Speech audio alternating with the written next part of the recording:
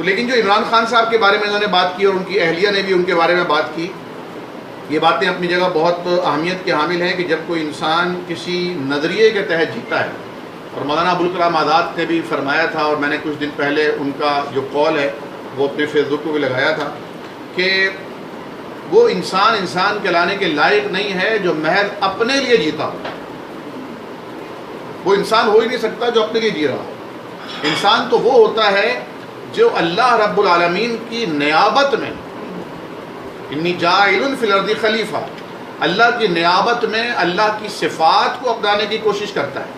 تخلقوا باخلاق اللہ، تو اللہ سبحانہ و تعالیٰ دیتے ہیں تو انسان کو بھی دینا چاہیے، اور اللہ سبحانہ و تعالیٰ عطا فرماتے ہیں تو انسان کو بھی عطا کرنے والا بننا چاہیے، اور اللہ سبحانہ و تعالیٰ معاف کرتے ہیں تو انسان کو بھی معاف کرنے والا بننا چاہیے۔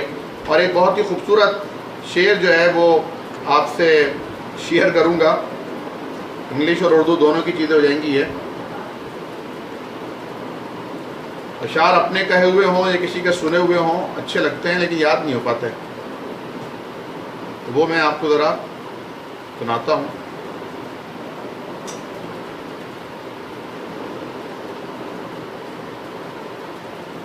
یہ ہے جناب علی،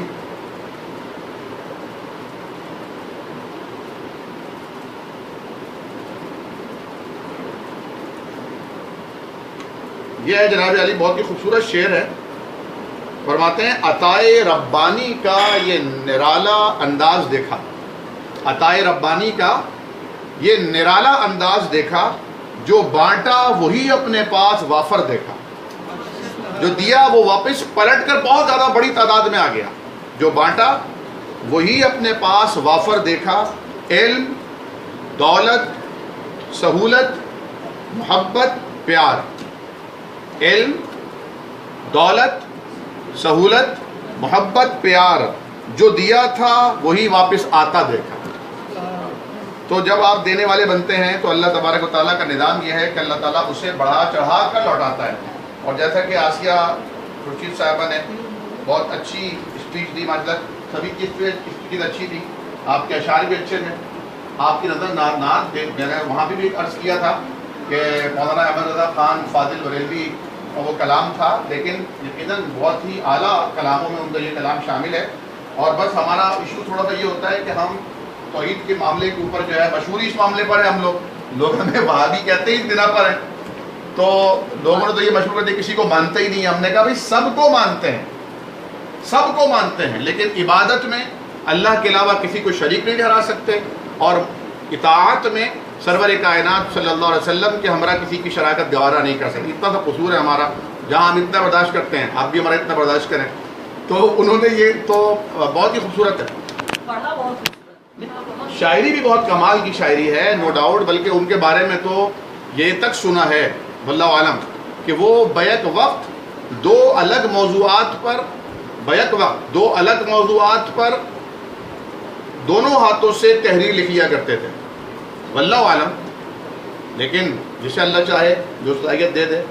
تو زیادہ بیچنے والا بھی ایسی بولا تھا، کچھ بعید نہیں، ایسا نہیں ہو سکتا، ہاں دماغ تو ایک ہی ہے۔ ہاں کچھ بعید نہیں، ایک وقت میں چلو آدھا گھنٹہ 1 گھنٹے کا یہاں پہ آدھا گھنٹہ ہوتا ہے، ایک ساتھ 2 ہاتھ سے لکھ رہا ہے۔ عابد بھائی کر سکتے ہیں، بیک وقت کئی پیجز کھولے ہوئے ہوتے ہیں، بیک وقت کئی موبائل سے کھیل رہے ہوتے ہیں، آپ بھی نہیں سکتا، اور بیک وقت جو ہے وہ کئی لوگوں کو جواب دے رہے ہوتے ہیں۔ ایک ہاتھ سے کام کر رہا تھا، جو کر رہا تھا، 2 ہاتھ سے جو ہے وہ آپ ککنگ تو کر سکتے ہیں اور لڑائی تو کر سکتے ہیں، ہو سکتا ہے، ممکن ہے، مجھے اختلاف نہیں کہ میرا تو اس بارے میں کوئی نہ ایمان ہے، نہ عقیدہ ہے، نہ نظریہ ہے۔ جس ولایت کی وجہ سے وہ باتیں کر رہے ہیں مجھے ولی نہیں مان رہے تو مطلب آدمی سامنے ہو تو آدمی یہ سوچ سکتا ہے کہ دونوں ہاتھ سے کرتا ہے۔ تو میرے کہنے کا مطلب یہ تھا کہ جب آپ کے لیے کوئی نظریہ اہم ہو جاتا ہے، کوئی زندگی کا مشن بن جاتا ہے، تو پھر آپ کا اپنا آپ امپورٹنٹ نہیں رہتا۔ جتنے لوگوں نے قربانیاں دی ہیں، اپنی جانیں قربان کی ہیں، جتنے لوگوں نے، چاہے وہ کسی نظریے کے لیے کی ہوں یا کسی کی محبت و عشق میں کی ہوں، اپنا آپ مٹائے بغیر عشق کی، محبت کی، چاہے وہ مجازی ہو یا حقیقی، منزل حاصل نہیں ہو سکتی۔ اس لیے میں کہتا ہوں کوئی انا پرست کبھی سچا لور نہیں بن سکتا.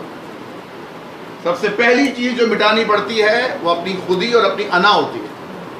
کوئی آدمی محبت کے دعوے بھی کرے اور اپنے آپ کو میں بھی سمجھے, میں تو پھر محبت کی تو پہلی جو قربانی ہے وہ میں کی قربانی ہے. خودی کو مٹا کر پاتا ہے خدا کو. واہ واہ واہ, سبحان اللہ. یہ میرا خیال آپ کا اپنا ہی شعر ہے. خودی کو مٹا کر پاتا ہے خدا کو. بہت ہی اعلیٰ.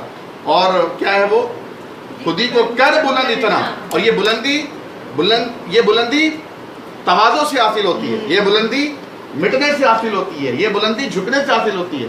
خودی کو کر بلند اتنا کہ ہر تقدیر سے پہلے خدا خود بندے سے پوچھے بتا تیری رضا کیا ہے. تو اللہ تعالیٰ ہمیں وہ رضا حاصل کرنے والا بنا دے. اذان ہو رہی ہے. یہ وہ واحد بلندی ہے جو نیچے سے حاصل ہوتی ہے, تواضع سے نیچے. اس لیے تو کہا نا سجدے میں بندے سب سے زیادہ رب کے قریب ہوتا ہے, اور یہی وہ کیفیت ہے جسے معراج کہا جاتا ہے. الصلاۃ معراج المؤمن. تو اذان سن لیں, اس کے بعد درود شریف پڑھ کے پھر دعا کرتے ہیں.